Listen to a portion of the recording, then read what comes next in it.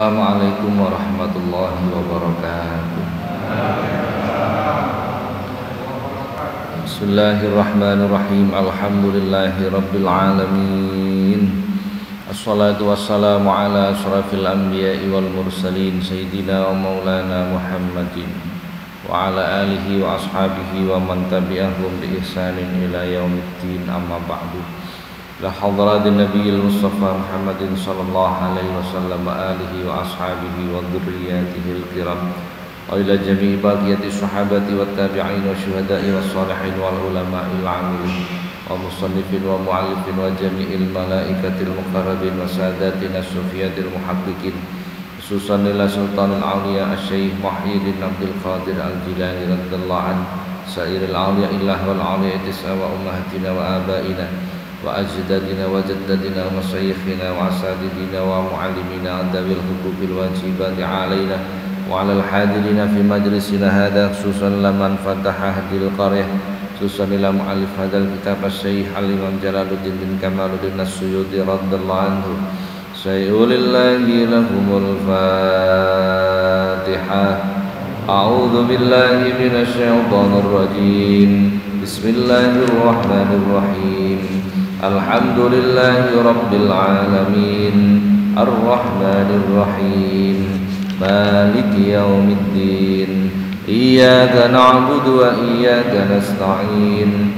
Ihdinas siratal mustaqim, siratal ladzina an'amta 'alaihim ghairil maghdubi 'alaihim waladdallin. Amin. Para jamaah, alhamdulillah pagi hari ini kembali Allah mempertemukan kita di majelis yang penuh dengan keberkahan ini. Mudah-mudahan apa yang kita laksanakan dicatat oleh Allah sebagai amal soleh. Amin, Allahumma amin. Sampai hadis nomor 3 masih menerangkan tentang keutamaan bacaan Bismillahirrahmanirrahim. Qala al-musannifu rahimahullah ta'ala wa nafa'ana Allah bihi wa bi'ulumihi wa 'ada 'alaina min barakatihi wa asarihi fid dharain amin. Al-hadisus salisu minal asharati fi hadzal bab. Hadis nomor 3. Wa qala sallallahu alaihi wasallam lan dawuh Kanjeng Nabi sallallahu alaihi wasallam, man mutawi sapa wong iku kala ngucap sapa man Bismillahirrahmanirrahim ing pengucap Bismillahirrahmanirrahim marotan saambalan lam yibqa maqara keri min dunubi saking pira-pira dosane man apa daratun sak bubute semutiran. Barang siapa yang mengucapkan Bismillahirrahmanirrahim satu kali, maka tidak akan tertinggal dosa-dosanya sebesar biji sawi. Jadi ringkasnya ana wong muni Bismillahirrahmanirrahim, maka dosanya habis, diampuni oleh Allah. Sangat sederhana. Dadi engko nek wis entek dosane ya ndang gawe dosa meneh. Gue terus maca Bismillah. Ini merupakan salah satu keutamaan Bismillahirrahmanirrahim. Begitu luar biasa. Dan para jamaah, zikir, sedikit saya menyampaikan tentang zikir. Kula ngaji tentang zikir itu tentang Masjid Ibrahim Kaliwaru seminggu sekali. Itu setahun setengah baru khatam menerangkan tentang zikir saja. Bagaimana sih zikir itu bagaimana? Sedikit kami terangkan tentang zikir. Qala al-Imam Abdul Hayy, fa inna dzikra diddun nisyan. Sesungguhnya zikir itu artinya ingat, itu lawan kata dari nisyan, lupa. Jadi zikir itu artinya ingat, lawan kata dari lupa. Wa huwa fil asli min af'alil qalbi, dan sesungguhnya zikir itu adalah perbuatan hati, lal lisan, bukan perbuatan lisan. Ini yang harus diingat. Jadi ketika lisan kita menyebut Allahu Akbar, itu belum tentu zikir. Belum tentu zikir. Walaupun lisan kita menyebut Allahu Akbar. Karena zikir itu adalah pekerjaan hati. Tinggal kita lihat bagaimana hati kita. Apakah hati kita ingat ataukah lupa? Ini pekerjaan besarnya ini di sini sebenarnya. Makanya dalam Al-Quran kita diingatkan betul oleh Allah dengan peringatan yang cukup keras. Fawailul lil musallin alladzina hum an sholatihim sahun. Fawailun melbu neraka wel. Sapa sing melbu neraka wel? Lil musallina, wong-wong sing salat. Wong sing salat sik iso mlebu neraka, apa maneh sing ora? Alladzina hum, rupane wong akeh kang padha salat, an salatihim sahun, yang ketika salat mereka lupa kepada Allah. Lu salat lu iso lali karo Gusti Allah, apa maneh di luar salat. Nggih. Jadi zikir itu adalah artinya ingat, dia pekerjaan hati, bukan pekerjaan lisan. Membaca Quran itu zikir. Jadi zikir itu macamnya banyak sekali. Sholat itu zikir, baca Quran itu zikir, kalimah thayyibah itu zikir, baca sholawat itu zikir, baca manaqib itu zikir. Hadir di majelis ilmu begini ini zikir. Ini macam-macamnya zikir. Macam-macamnya zikir. Nah, kesemuanya itu harus kita amati bagaimana keadaan hati kita. Ingat kepada Allah atau enggak. Salat lisane muni alhamdulillahi rabbil alamin, tapi hatinya tidak ingat Allah, itu tidak disebut dengan zikir. Lah inilah yang dimaksud dalam ayat fawailul lil musallin. Masuk neraka wel orang yang sholat, tapi ketika sholat mereka lupa dengan Tuhan. Kalau melihat ayat ini kayaknya awake dhewe iki sik lambuh lah ya. Betul itu.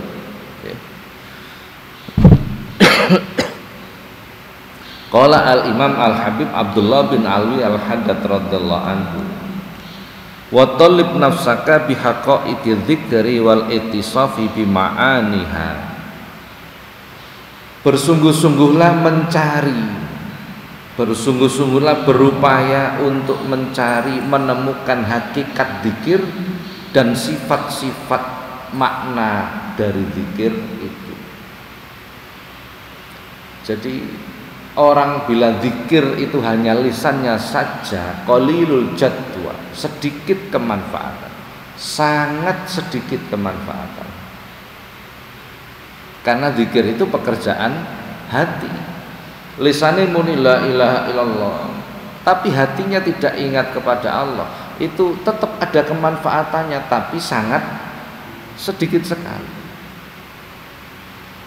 Mamane ana wong muni bismillahirrahmanirrahim, nah, kita mengatakan sekali maka dosanya habis. Berhubung ketika mengucapkan itu hatinya tidak ingat kepada Allah, hatinya tidak dipenuhi dengan mensifati makna zikir, maka kemanfaatannya sangat sedikit. Momo dosane iku 100.000 di ngapura 1 utawa 2, nah, sampai sebegitu sedikit. Ini perumpamaan bagaimana zikir itu yang tidak dilakukan dengan sebenar. Kemudian bagaimana kita melahirkan zikir yang betul-betul hakikat zikir dan sifat memenuhi hati kita dengan sifat-sifat zikir. Contoh, Manten kudu ana contone.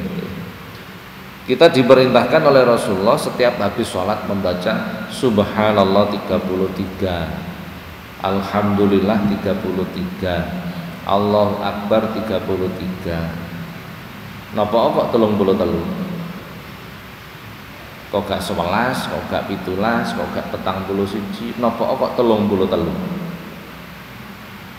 Bila Rasulullah mengatakan 33, ya sudah lakukan 33, jangan ditawar. Aku tak mau coping 100, malah keliru, bukan malah bener, malah salah itu. Nggih. Padha karo wong salat, apa maghrib 3 rakaat wis tak imbui timbangane 3 rakaat, ya malah gak dadi.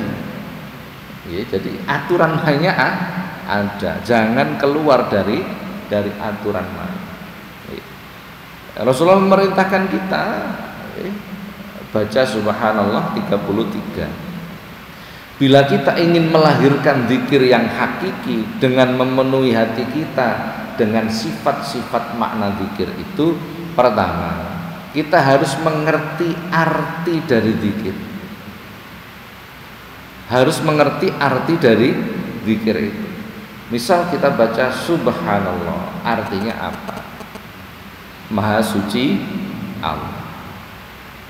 Pertama, ini memahami makna, kemudian memenuhi hati kita dengan sifat-sifat zikir itu. Subhanallah itu kalimatut ta'jib, kalimatut tasbih. Nah niki pentingnya ngaji teng mriki. Masih zikir perlu dielmoni. Kalimat yang bila seseorang itu menemukan atau mendapati sesuatu yang menakjubkan,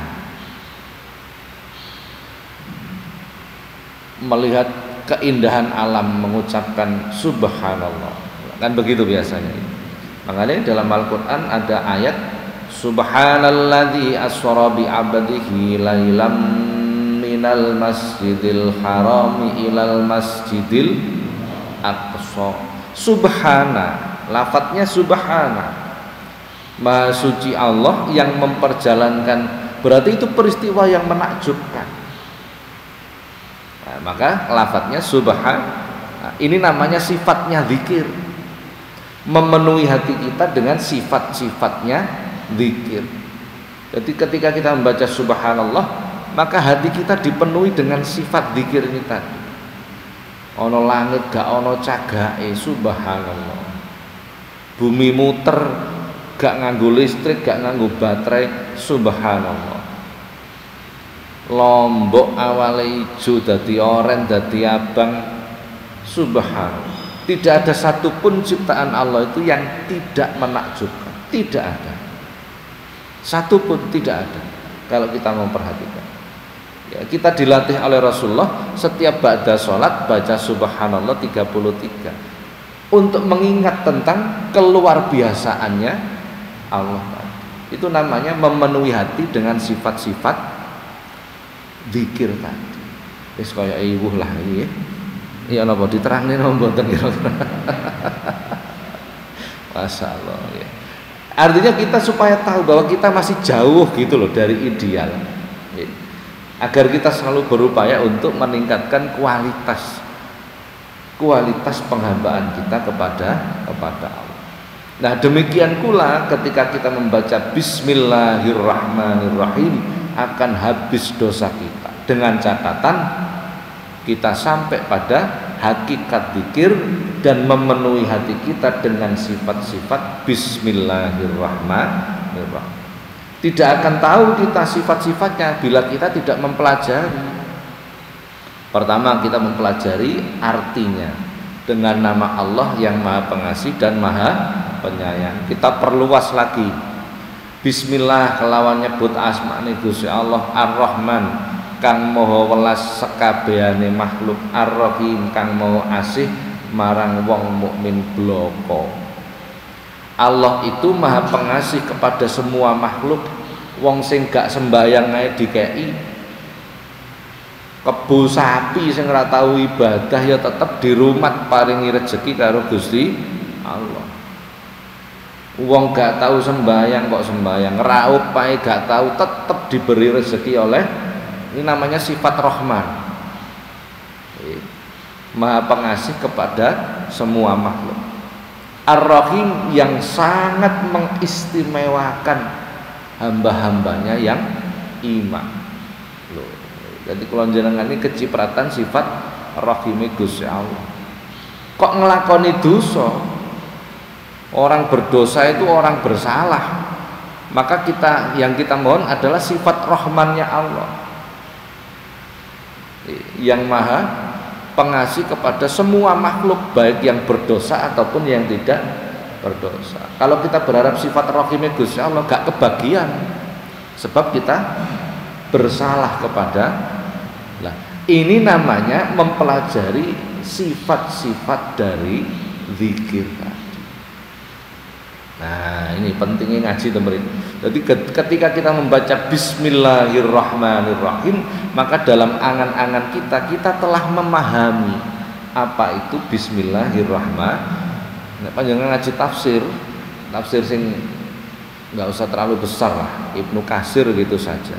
Bismillahirrahmanirrahim itu sekitar 10 halaman tafsirnya. Sekitar 10 halaman. Kalau kita buka di tafsir yang lebih besar, Ruhul Bayan contohnya, itu bisa sampai 20 halaman tentang Bismillahirrahmanirrahim saja.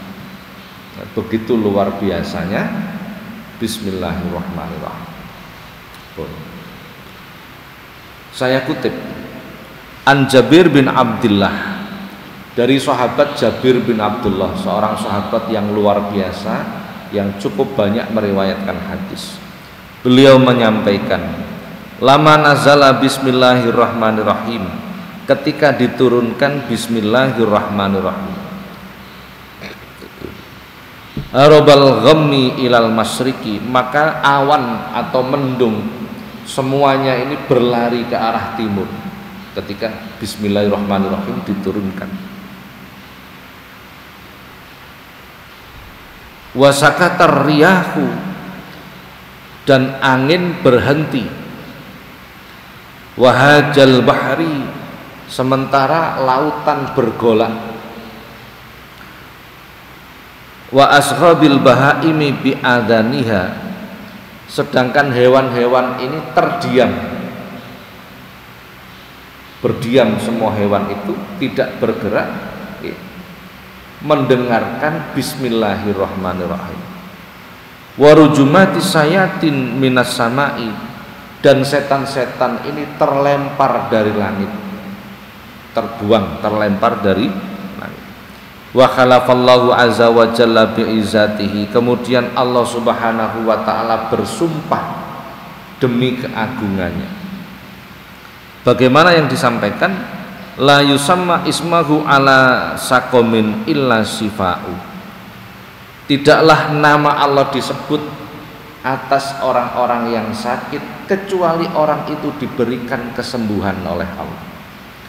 Wala yusamma asma'uhu ala syai'in illa barik fihi, tidaklah nama Allah itu disebut terhadap sesuatu kecuali sesuatu itu menjadi berkah. Ketika Bismillahirrahmanirrahim itu diturunkan oleh Allah dari langit ke bumi, maka awan-awan bergerak ke timur, angin berhenti, lautan bergejolak, hewan-hewan diam mendengarkan, setan-setan, semua setan terlempar dari langit. Mbuh manggondi. Kemudian Allah bersumpah, barang siapa yang menyebutkan namanya terhadap orang yang sakit, maka disembuhkan oleh Allah. Allah sendiri yang bersumpah.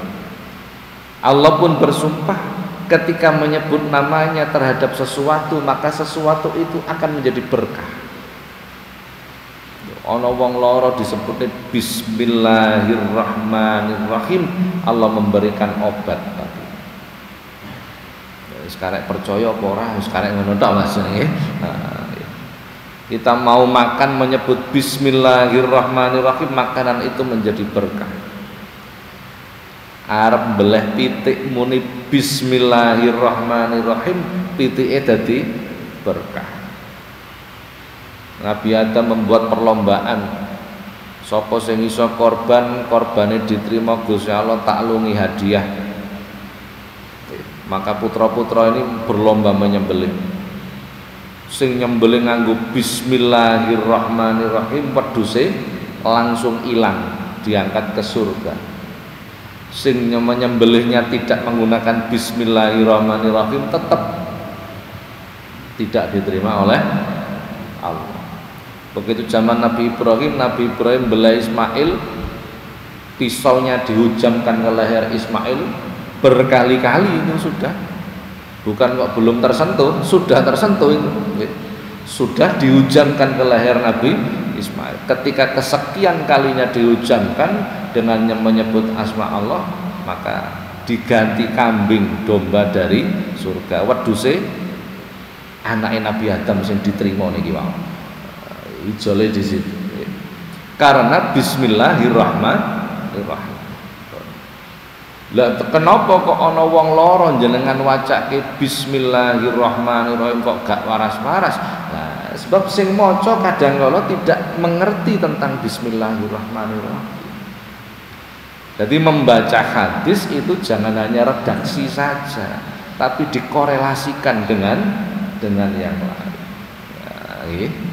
Ya, waduh, masya Allah, mandine luar biasa pun bismillah itu luar biasa. Kula kutip malu An-Nasafi, dari Imam An-Nasafi, kitab yang diturunkan Allah, jumlah lembaran kitab yang diturunkan oleh Allah itu ada 104. 60 suhuf diturunkan kepada Nabi Sis, 30 suhuf itu lembaran, 30 suhuf diturunkan kepada Nabi Ibrahim.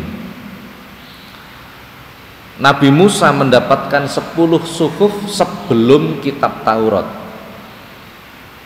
Makanya Nabi Musa itu selain mendapatkan kitab Taurat juga mendapatkan suhuf sebanyak 10 lembar. Kemudian berarti pinten? 60 tambah 30, 60 Nabi Sis, 30 Nabi Ibrahim, 10 Nabi Musa sebelum Taurat, berarti 100, ditambah Quran, Injil, Zabur, Taurat, berjumlah 104. Pun. Semua itu, semua makna dari 104 itu terkumpul dalam Al-Quran.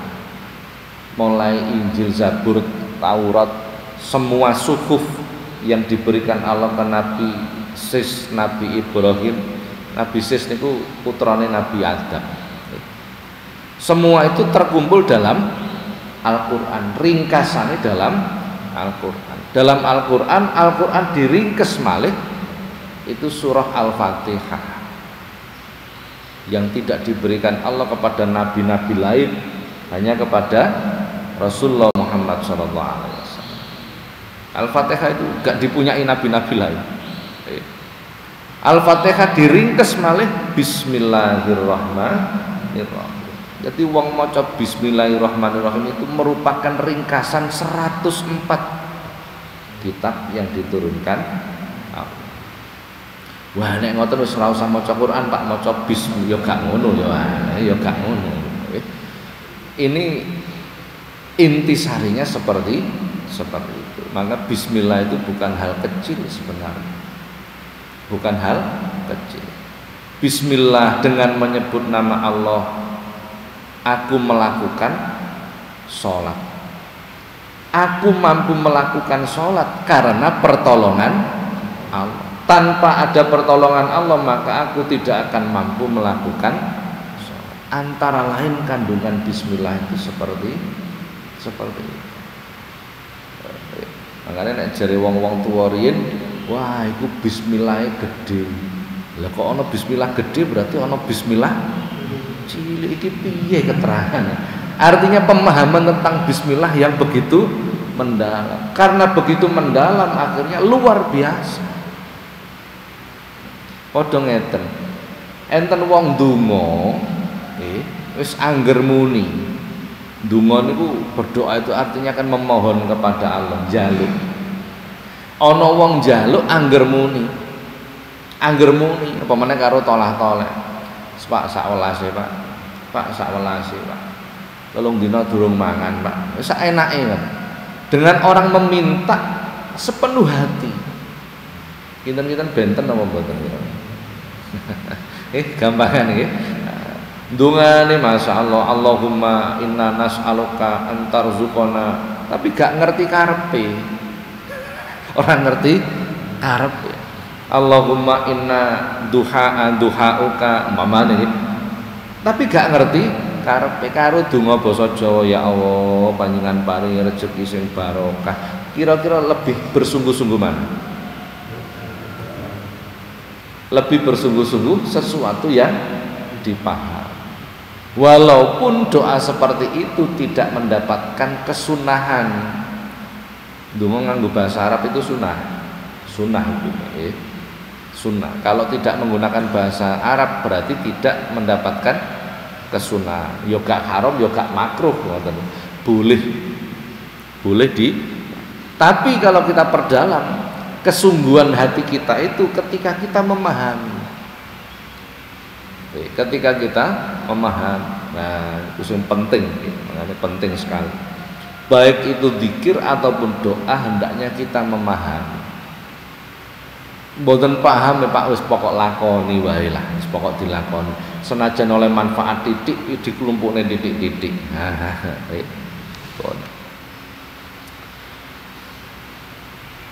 An Ibnu Mas'ud radhiyallahu anhu, dari sahabat Abdullah bin Mas'ud radhiyallahu anhu, faman arada an yunjiyallahu minaz zabaniyah falyaj'alha liyaj'alallahu bikulli harfin junnatun ay wiqayatun. Barang siapa yang menginginkan diselamatkan Allah dari malaikat zabaniyah. Malaikat zabaniyah itu adalah malaikat yang menjaga neraka. Barang siapa yang ingin diselamatkan oleh Allah dari malaikat zabaniyah, falyakulha, maka ucapkanlah bismillahirrahmanirrahim. Liyaj'alallahu bikulli harfin junnatun ay wiqayatun. Sekiranya Allah akan menjadikan setiap huruf dari bismillah itu junnatun, tameng, ay wiqayatun, atau menjadi pelindung kita dari malaikat zabaniyah. Jumlah huruf bismillahirrahmanirrahim itu 19. Jumlahnya malaikat penjaga neraka, malaikat zabaniyah, itu disebutkan alaiha tis'atasar, 19 juga. Kok ana wong maca bismillahirrahmanirrahim satu hurufnya, maka akan menjadi pelindung kita dari malaikat penjaga neraka. Jadi ketemu malaikat sing jaga neraka arep dikepuk wono tamene wis. Nah, karek kuat pundi? Kuat malaikate apa kuat tameng? Ini logika kita seperti subhanallah. Jadi kalau kita ingin mendapatkan perlindungan dari malaikat zabaniyah, maka bacalah bismillahirrahmanirrahim. Arep ngombe maca bismillahirrahmanirrahim. Arep maem maca bismillahirrahmanirrahim. Suguhi kambing guling saking senenge lali maca. Begitu wis gelegeken arep ngombe baru kelingan, loh mau durung maca. Ya napa penyelesaian? Tetap dibaca bismillahi min awalihi ila akhirih. Ini ku carane maca ngoten. Nah, itu nanti dianggap mulai awal maca bismillah. Nek ora diwacake bismillah niku sing lemu setane.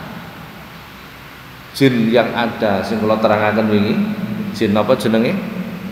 Insyaallah wis lali jenengan nggih. Jin khunas yang ada pada diri kita itu menjadi gemuk karena kita makan tidak membaca bismillah. Masyaallah. Jadi antri ponan itu, tadi jin-jin itu sudah antri untuk memakan makanan yang kita makan. Tapi nak membaca Bismillahirrahmanirrahim tidak berani sudah, tidak berani menyentuh. Hadis keempat. Waqala sallallahu alaihi wasallam, lan dawuh Kanjeng Nabi sallallahu alaihi wasallam, man utawi sapa wonge iku keliru tulisane niku. Man utawi sapa wonge iku kataba nulis sapa man bismillahi ing tulisan bismillah, fajawada moko becik bagusi sapa man takdiman kelawan menghormati lillahi marang Gusti Allah. Ghufira moko den ngapura lahu kedue man mata kodamba apa-apa kang wis dhisik min dambihi bayane saking dosa, wa mata akhara lan apa-apa kang keri bayane saking dosa. Barang siapa menulis Bismillahirrahmanirrahim disertai niat mengagungkan Allah, nulis Bismillahirrahmanirrahim.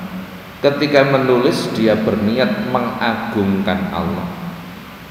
Ghufira lahu ma taqaddama min dzambihi wa ma ta'akhkhara, maka dosanya akan diampuni oleh Allah. Nulis tak? Nulis Bismillahirrahmanirrahim. Ini nek sakit panjangan nek wekdal ngaos ngeten, ketika mau menulis tulis dulu Bismillahirrahmanirrahim. Apakah hanya itu? Tidak. Jari kita yang kita gunakan untuk menulis besok akan menjadi saksi di hadapan Allah bahwa tangan kita pernah digunakan untuk menulis Bismillahirrahmanirrahim. Ketika besok dihisab itu tangan kita ini menjadi saksi. Insya Allah gak iso mlebu neraka tangan. Tuh. Kinten-kinten tangan kita gunakan untuk nulis hadis, nulis ayat, dengan nulis selain itu akeh endi kira. Nah, ngene nek kula nek dulu ketika kiai saya masih ada, kalau saya hari raya sowan ke beliau pasti itu. Jadi saya selalu berupaya kiai-kiai saya itu kalau hari raya saya sowani, karena termasuk orang tua. Jadi orang tua kan ono telu, orang yang melahirkan kita, mertua kita, dan orang yang mengajar agama kepada kita. Nek riyo kula mesti sowan. Sowan itu terus disuguhi karo kiai kula. Ayo dipangan. Iki sok dadi saksi. Kalimatnya itu sederhana. Iki sok dadi saksi. Apa yang kita makan di majelis-majelisnya para ulama itu akan menjadi saksi di hadapan Allah. Makanan itu bahwa kita pernah hadir di majelisnya para ulama. Subhanallah. Jadi jenengan seorang kiai sing disuguhke iku sampean entek nih. Itu lo betul, karena akan menjadi saksi. Nek jare Habib Umar, sowan nang kiai ku nyenengke apa suguhane akeh. Itu akan menjadi saksi. Akhirnya ana sing sowan nang kiai apa ben warep, nggih, teko ora nggawa apa-apa mulih nyangking.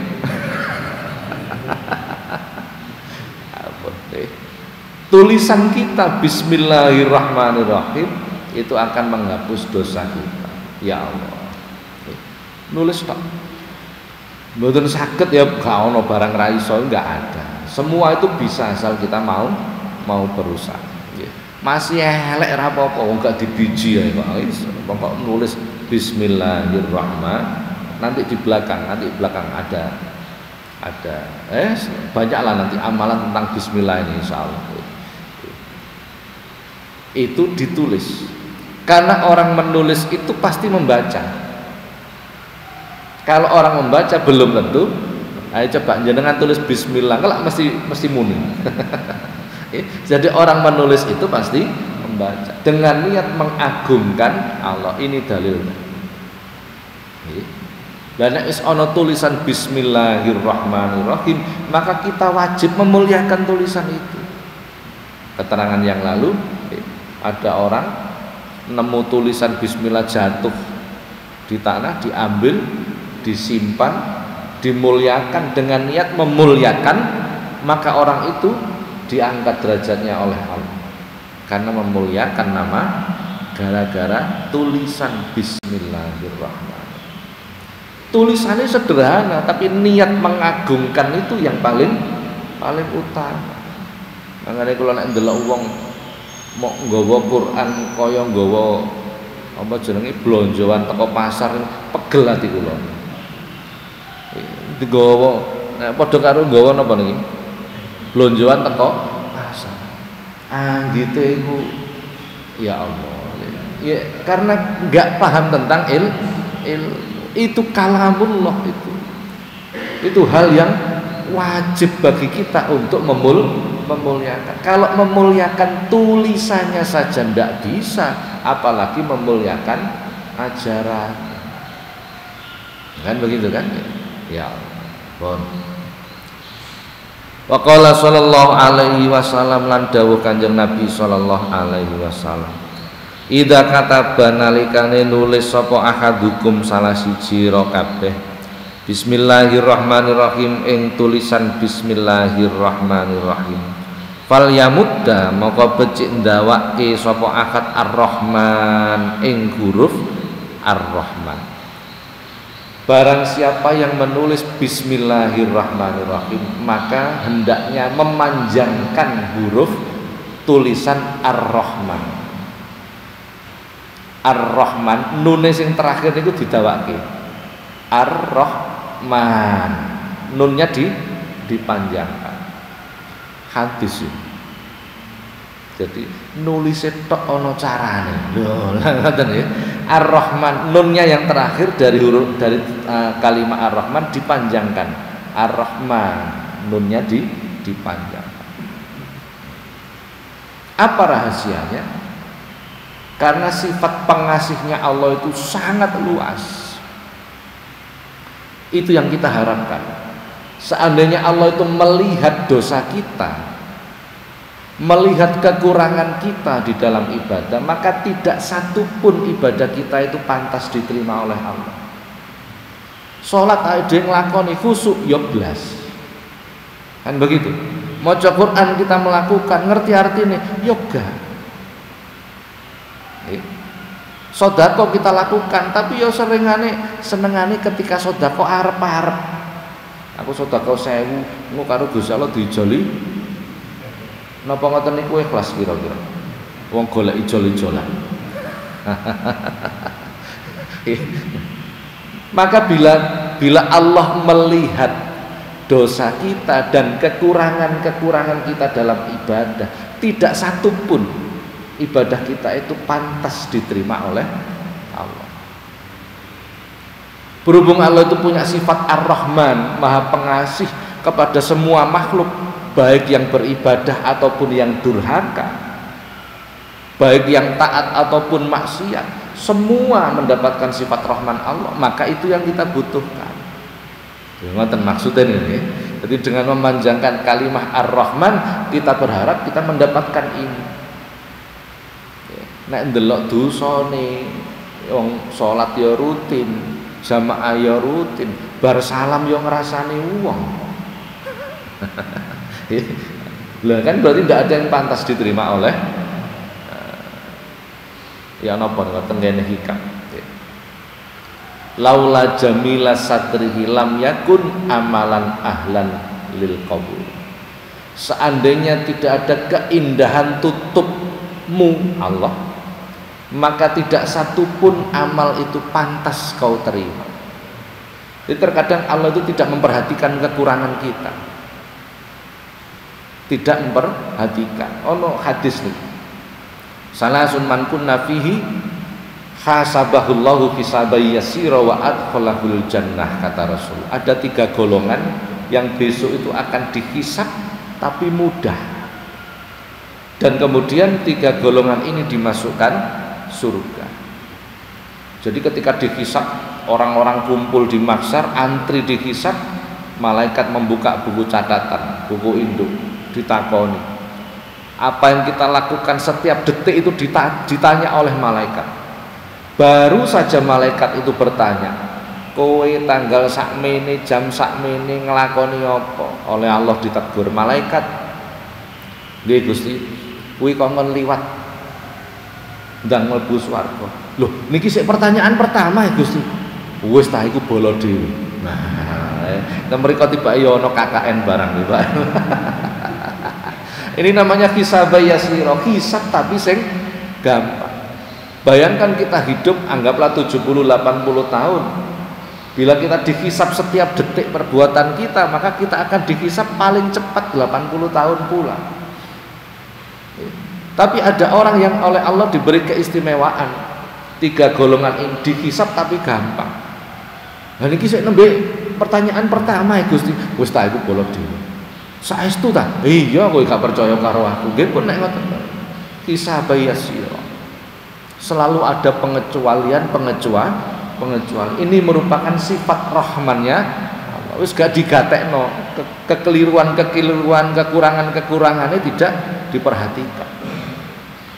Apa kelebihan tiga golongan ini? Siapa mereka?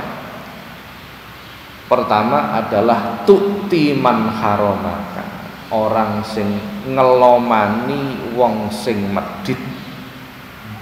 Nek ana wong medhit dilomani. Biasanya kalau jenengan nek ana wong medhit dimedhiti kan ngoten ya. Dibales. Berarti punya sifat apa?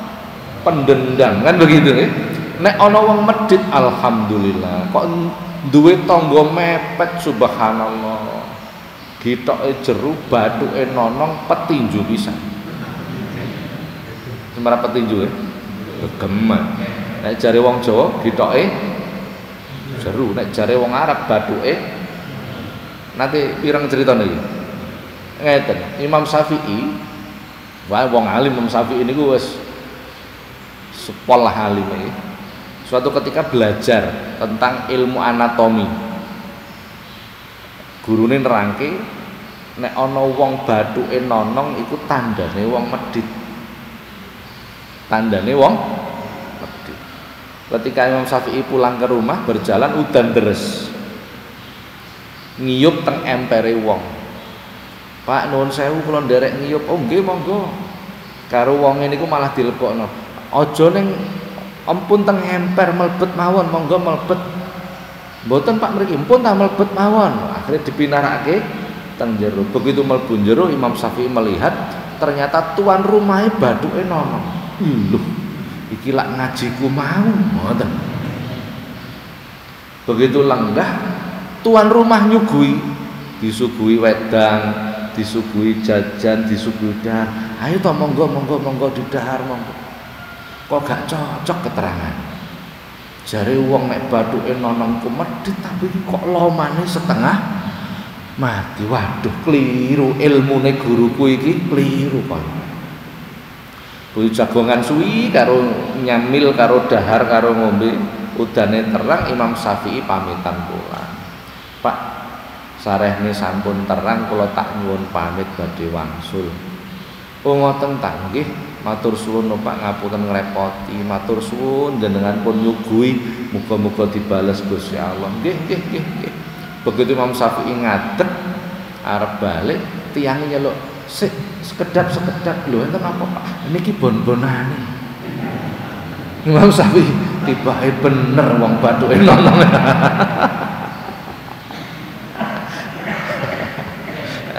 Dadi nek wong Jawa nyebut gitoke, nek wong Arab nyebut mboten bathuke nonong. Iku tandane wong. Dadi kok ana bathuk nonong ndang ditutuki ya ben ora. Niki ini lho anatomi mawon. Jenengan kok duwe tangga mepet medhit kudune muni alhamdulillah. Nemu wasilah, nemu jalaran supaya oleh rahmate Gusti Allah. Begitu ketemu tangga medhit bendina kek ana. Wis ta kek apa lah. kei rokok, kei tempe, sembarang pokok dikek. Sebab ngekei wong medhit niku mboten balik. Tapi nek ngekei wong loman balik napa mboten? Nah, jenengan ngekei wong loman suatu ketika dia pasti memberi kepada kita. Oke. Lah nek mboten balik engko sing balekke Gusti Allah. Ngekei wong medhit gak balik. Yang akan mengembalikan itu Allah. Kalau Allah yang mengembalikan gak ukuran kalau Allah yang mengembalikan. Bukti nih jenengan nandur jagung, nek nandur wine jagung wininya piro? Nah siji kadang loro utawa telu nggih. Tandur nang bumi dititipne Gusti Allah. Engko nek Gusti Allah balekke piro? Nah iki contoh ya. Mboten ukuran. Ya sak klobot-klobote sak dikekne kabeh karo Gusti Allah. Nah, jadi kok ana tangga medhit muni alhamdulillah. Begitu bertahun-tahun tanggane sampean sing medhit iki melu ngaji akhirnya oleh hidayah, akhirnya gak medhit muni inna ya tetap alhamdulillah. Tu'timan haromaka ngelomani wong sing nomor loro watasilu mangkoto akan ngancani satru ngerti satru nih napa satru? Orang yang membenci kita, orang yang memusuhi kita jenengan kancani diapi-api. Kok ana wong gedhing karo awake dhewe diparani, ya apa cak kabare sehat ta meneng. Pancen gedhing. Nggih. Diapiki terus esuk parani neh, ya apa kabare sampean nyambut gawe lancar ta meneng. Nek wis ketok meneng ganti sampean taruh. Cak gak butuh duit. Engko lah ngomong. Sampean gak butuh. Engko lah ngomong dhewe. Aku ana duit turah lho, Cak. Ngapiki wong sing membenci kita. Jadi kalau kita dibenci orang kudune muni alhamdulillah. Karena apa? Kita menemukan wasilah, kita menemukan sarana untuk bisa dihisab dengan mudah. Si nomor telu wa ta'fu amman dolamaka, nyepuro wong-wong sing berbuat dolim kepada kita. Ana wong berbuat dolim kepada kita disepuro. Gak usah dieling-eling. Nyepuro niku enten telu tahapane. Anak kok wani karo wong tuwa niku dadi dosa. Dosa itu akhirnya nutupi hati, hatinya tertutup. Nek hatinya tertutup tidak bisa mendapat hidayah. Tidak bisa mendapat hidayah. Sampean gawa teng kiai pundi mawon disuwukna sapa wae gak iso mlebu apa sebab atine tertutup. Carane bagaimana? Wong tuane nyepuro dhisik. Nek wong tuane nyepuro dosane ilang. Lah nyepuro niku ana telu. Nggih, wa in ta'fu wa tasfaru wa in ta'fu wa tasfahu wa sing pertama gelem wa in ta'fu, gelem memaafkan tapi durung gelem ketemu. Kalau mantune teko mosok geger kok karo mantune dhewe, mbok disepuro wong ya wis njaluk sepuro. Aku nek nyepuro tak sepuro ngono-ngono ya mantuku dhewe, tapi nek ketemu sik mangkel aku. Enten apa mboten wong ngeten iki? Heeh, aja-aja sampean termasuk ning. Niki jenenge wa in ta'fu, memaafkan tapi belum mau ketemu. Orang yang seperti ini sebenarnya belum kategori memaafkan yang sebenarnya. Belum. Nomor loro wa tasfahu. Yo gelem nyepuro, yo gelem ketemu. Yo kalau mantune teko endi? Iko wis rukun ta, wis tak sepuro. Teko yo gelem salaman. Begitu mantune ngalih, ya tak sepuro ya apa mantuku, ya tak jak omong-omongan, ya tak jak dolan. Tapi nek eling-eling cangkeme iku sik lara. Enten apa mboten? Akeh niki. Ngelumbruk. Ini pun belum kategori memaafkan yang sebenar-benarnya. Sebab napa sik ngiling. Aku nek eling-eling lara hatiku. Bekas apa mboten? Bila masih membekas seperti ini, maka dosa anak itu tidak bisa diangkat sepenuhnya. Nggak bisa. Sing nomor 3 wa taufiru lah ini. Gelem nyepuro, ya gelem ketemu, kesalahannya dilupakan. Ya Allah, angel iki koyo ngene. Nek awake dhewe kan biasane atine jangget. Nek wis ana wong salah ning awake dhewe iku dititeni ya. Tak eling-eling, lho tambah dieling-eling. Rumusnya kan sederhana. Kejelekan orang lain itu jangan sampai masuk ke dalam hati kita. Bila masuk ke dalam hati kita, maka hati kita ketularan jelek. Tak eling-eling ngomongane. Lha iya ngomong-ngomong eleke wong. Dieling-eling eleke wong, akhirnya masuk ke dalam hati. Harusnya dibalik. Yang dimasukkan dalam hati kita itu kebaikan orang lain. Ya Allah, wong kok loman-emen, dieling-eling. Maka hati kita akan, sementara kita punya kebiasaan sebaliknya. Eleke wong niku dieling-eling. Coba panjenengan pirsa di medsos itu. Sing dibahas iku eleke wong tok. Mbuh bener mbuh kliru, mbuh nyata apa ora nyata niku dibahas. Padahal ajaran kita enggak begitu. Kebaikan orang lain yang kita masukkan ke dalam hati. Inilah yang menyebabkan di antara doa-doa kita itu sulit diijabahi oleh Allah. Zikir-zikir kita itu terhijab, terhalang sehingga tidak sampai kepada Allah. Padahal fadilahnya begitu besar. Nulis tok wis entek dosane. Maca sepisan entek dosa. Tapi wong dosa kita itu terlalu banyak. Nah ini yang menjadi masalah. Pun para jamaah, sampai sini dulu, barangkali ada pertanyaan. Iya.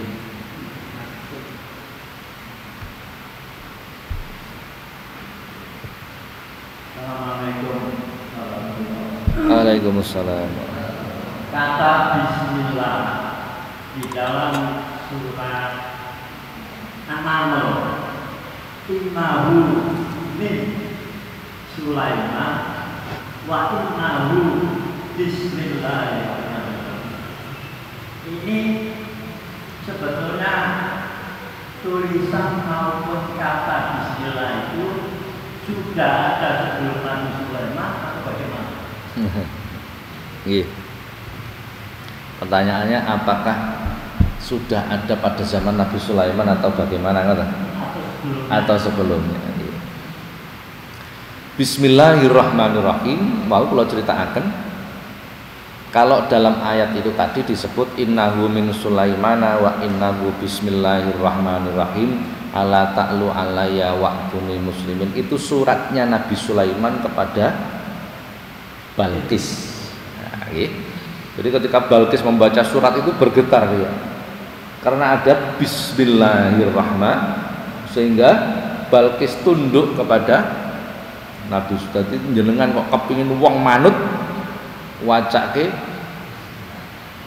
niku wau innahu min Sulaimana wa innahu bismillahirrahmanirrahim ala ta'lu alayya wa'tuni muslimin, diwaca ping 313 nek bengi. Mandi niku. Jadi pimpinan itu sangune supaya ngatur wong mboten kangelan. Apakah sudah ada pada zaman Nabi Sulaiman atau sebelumnya? Kula mau cerita, Nabi Adam membuat perlombaan menyembelih kambing.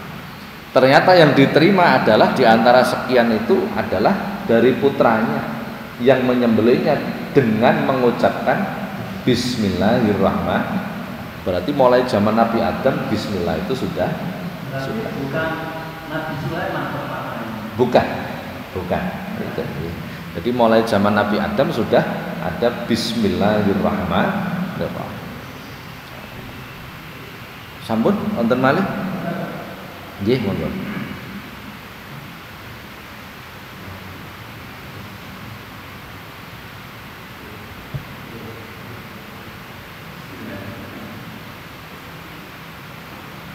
Terima kasih. Yang saya tanyakan, kita ini dalam keluarga pasti ada masalah istri, anak, mantu, anak, dan lain-lain. Nah, bagaimana ada perubahan sehingga kita ini seumpama kita berdoa di rumah keras, suara keras.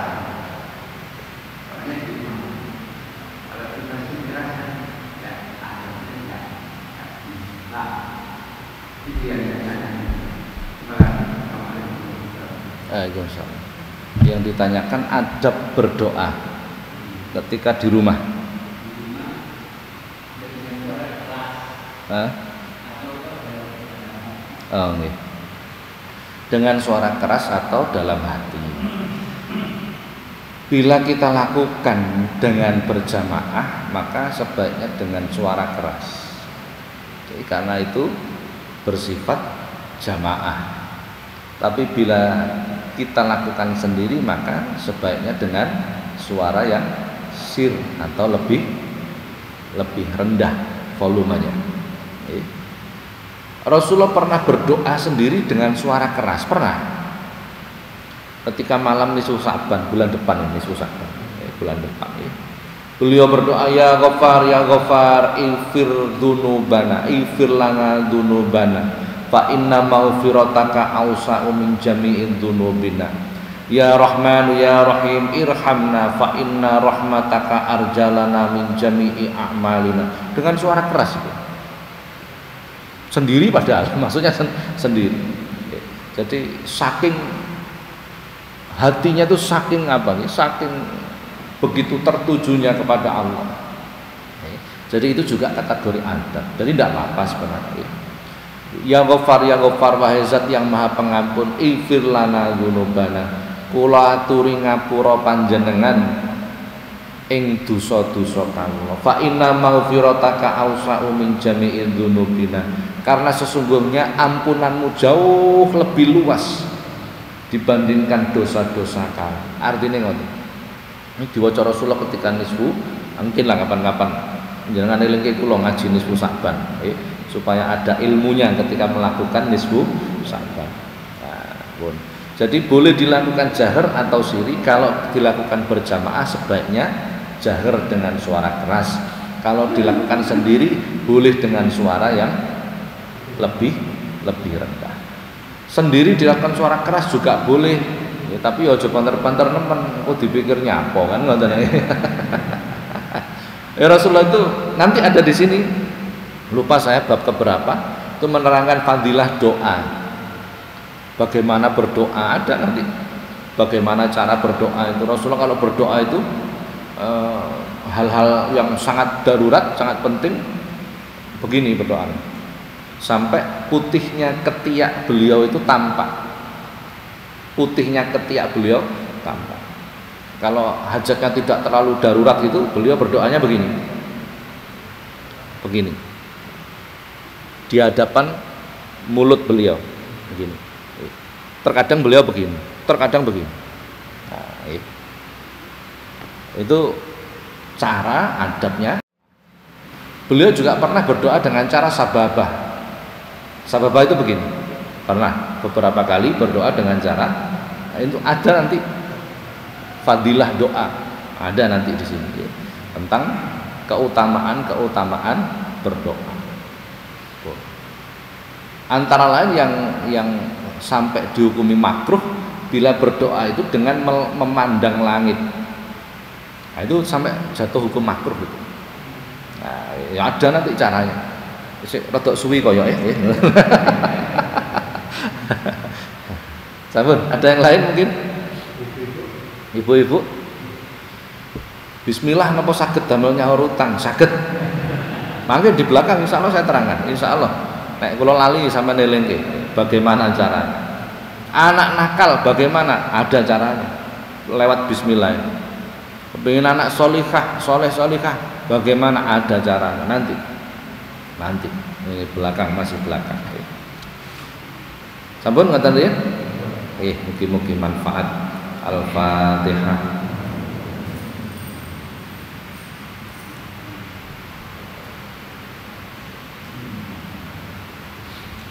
Assalamualaikum warahmatullahi wabarakatuh.